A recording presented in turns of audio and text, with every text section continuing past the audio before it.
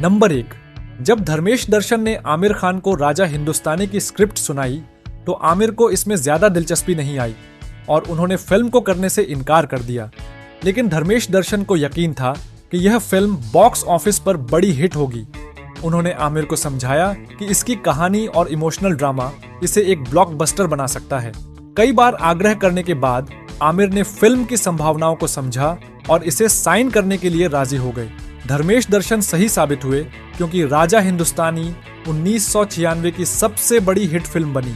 Number 2, इस film में करिश्मा कपूर का लुक और उनकी परफॉर्मेंस इतनी शानदार रही कि दर्शकों ने उन्हें रानी हिंदुस्तानी कहना शुरू कर दिया।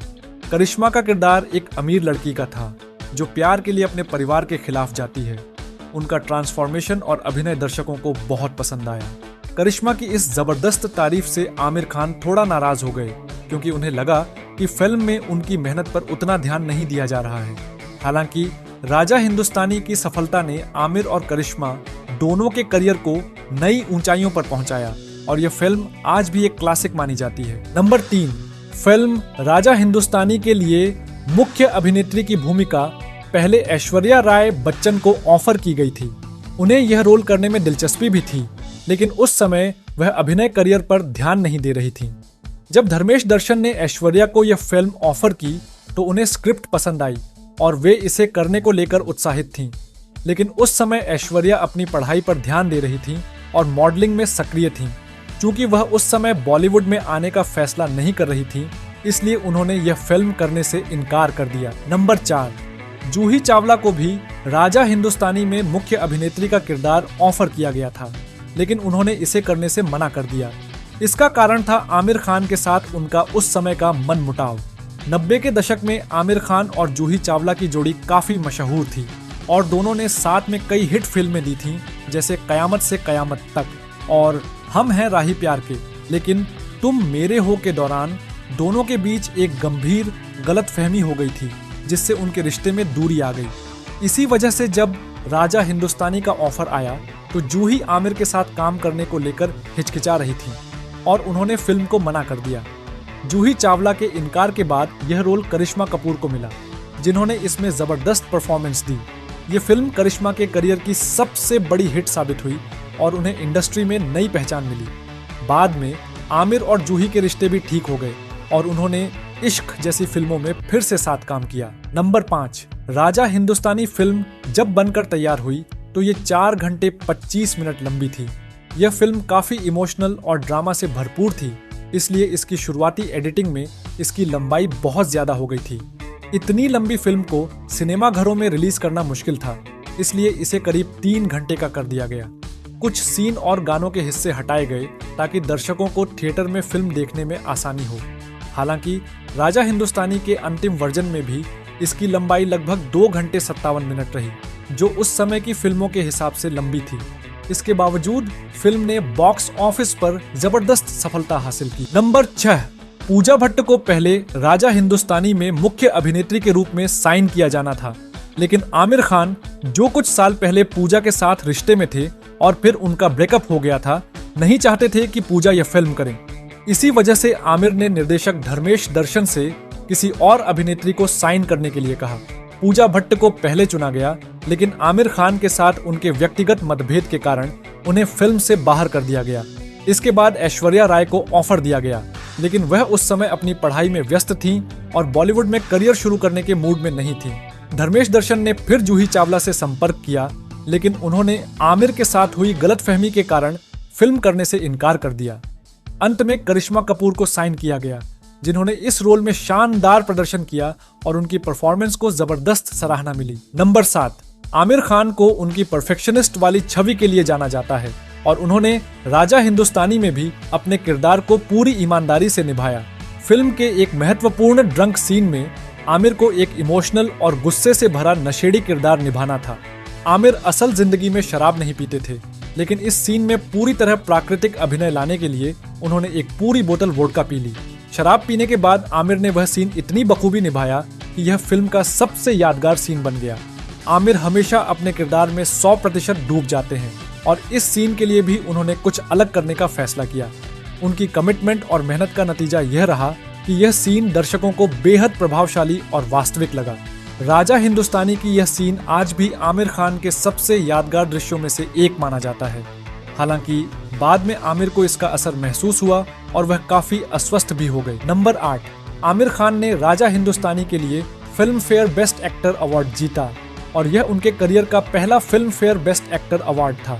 आमिर खान को इससे पहले 8 बार Filmfare best actor award के लिए नॉमिनेट किया गया था, लेकिन हर बार अवार्ड उनसे छूट जाता था। 1989 से 1996 तक लगातार 8 वर्षों में उन्होंने कई बेहतरीन फिल्में दी, लेकिन उन्हें यह प्रतिष्ठित अवार्ड नहीं मिला।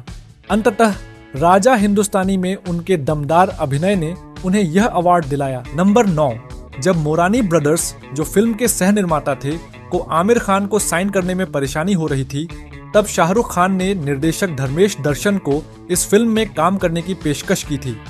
आमिर खान और मोरानी ब्रदर्स के बीच किसी कारण से अनबन हो गई थी, जिसके चलते आमिर के फिल्म से बाहर होने की संभावना बन गई थी। इसी दौरान शाहरुख खान ने धर्मेश दर्शन से कहा कि अगर आमिर यह फिल्म नहीं करते तो वह इस रोल को निभाने के लिए तैयार हैं।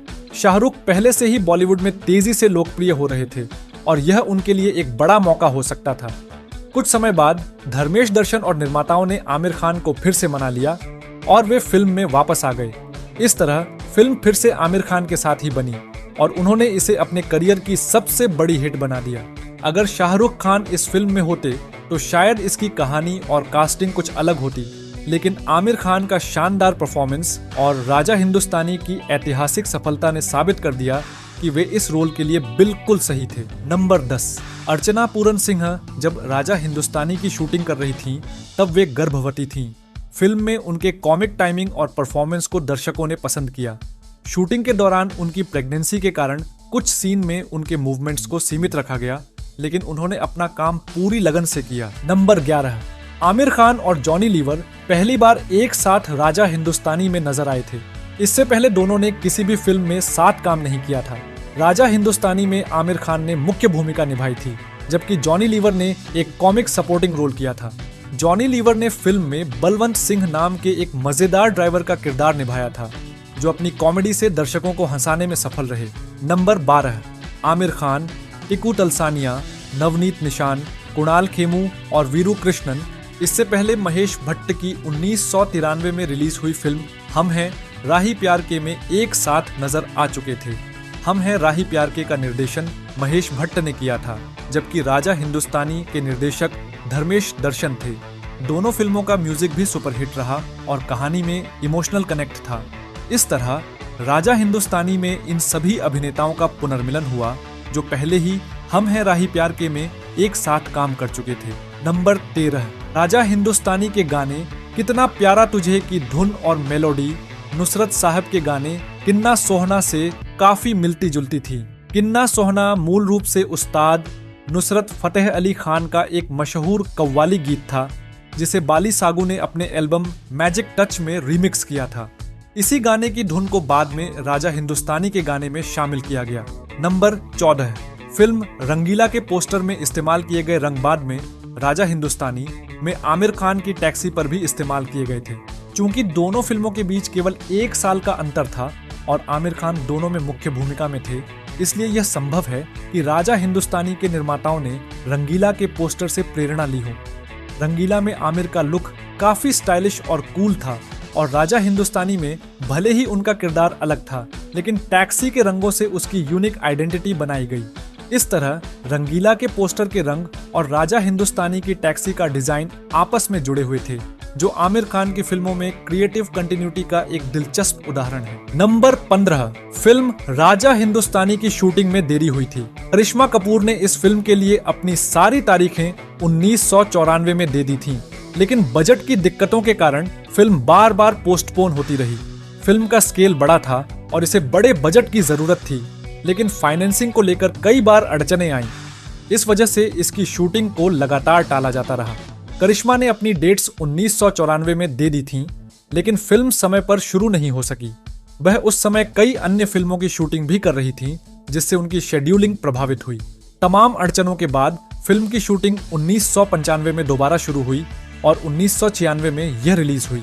देरी के बावजूद यह फिल्म साल की सबसे बड़ी हिट साबित हुई। नंबर 16, जब जब फूल खिले के लेखक ब्रिज कटियाल को इस बात पर गुस्सा था कि निर्देशक धर्मेश दर्शन ने उनकी कहानी को राजा हिंदुस्तानी में बिना अनुमति के इस्तेमाल किया। जब जब फूल खिले की कहानी एक अमीर लड़की और गरीब लड़के के प्रेम पर आधारित थी, जहां सामाजिक अंतर के कारण उन्हें कई परेशानियों का सामना करना पड़ता है। राजा हिंदुस्तानी की कहानी भी इसी थीम पर आधारित थी। एक अमीर लड़की करिश्मा कपूर और गरीब टैक्सी ड्राइवर आमिर खान की प्रेम कहानी। ब्रिज कटियाल को लगा कि धर्मेश दर्शन ने उनकी कहानी को बिना अनुमति के उठा लिया। धर्मेश दर्शन ने इन आरोपों को खारिज करते हुए कहा कि राजा हिंदुस्तानी की प्रेरणा प्यार झुकता नहीं से ली गई थी। उन्होंने कहा कि राजा हिंदुस्तानी और जब जब फूल खिले में एक जैसी प्रेम कहानी हो सकती है, लेकिन उनकी फिल्म का नैरेटिव और ट्रीटमेंट अलग था। प्यार झुकता नहीं में एक अमीर लड़की और गरीब लड़के की शादी होती है, लेकिन शादी के बाद संघर्ष दिखाया जाता है, जिसमें बच्चे की कस्टडी, अलगाव और परिवार के हस्तक्षेप जैसे मुद्दे शामिल थे।